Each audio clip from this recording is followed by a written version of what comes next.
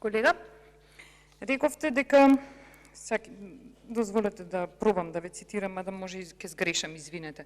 Што кога ќе каде да се гради? Зборувавте за тоа што предвидуваат, што предвидуваме. Јас само ќе ви кажам, тие се способни да најдат многу опции за нивно лично богатење. Зошто го велам ова? Заради тоа што сега деновиве бевме сведоци на една ситуација кога во Радовишко земјоделско земјиште се пренамени во градежно земјиште. Тие се способни за криминалот да врви и криминал дополнително да прават на штета на граѓаните.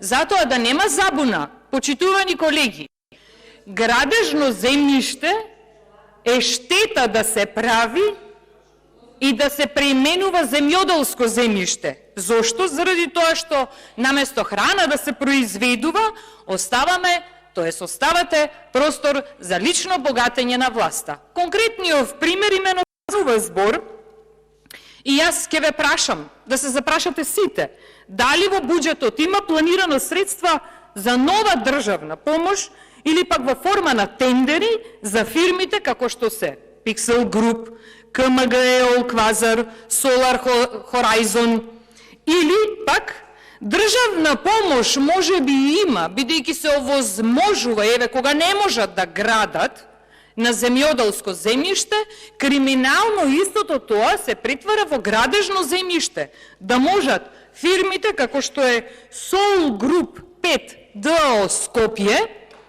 оваа фирма на сопругата на премиерот да може да произведува електрична енергија, да се градат фотоволтаични централи, се пренаменува земјоделско земјиште во градежно земјиште. На чива штета? На граѓаните, на населението.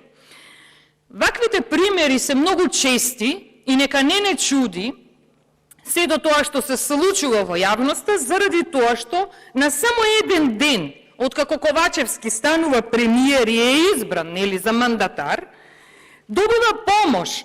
Најголема сума на државна помош добива од над 200.000 евра фирмата како што е Pixel Group. Прашањето е сега, може би изоставивте да кажете, може би ќе излезе некој од власта да ни каже, дали во овој буџет 2023 година е планирано да се дава државна помош на ваквите фирми поврзани со премиерот Ковачевски. Ви благодарам.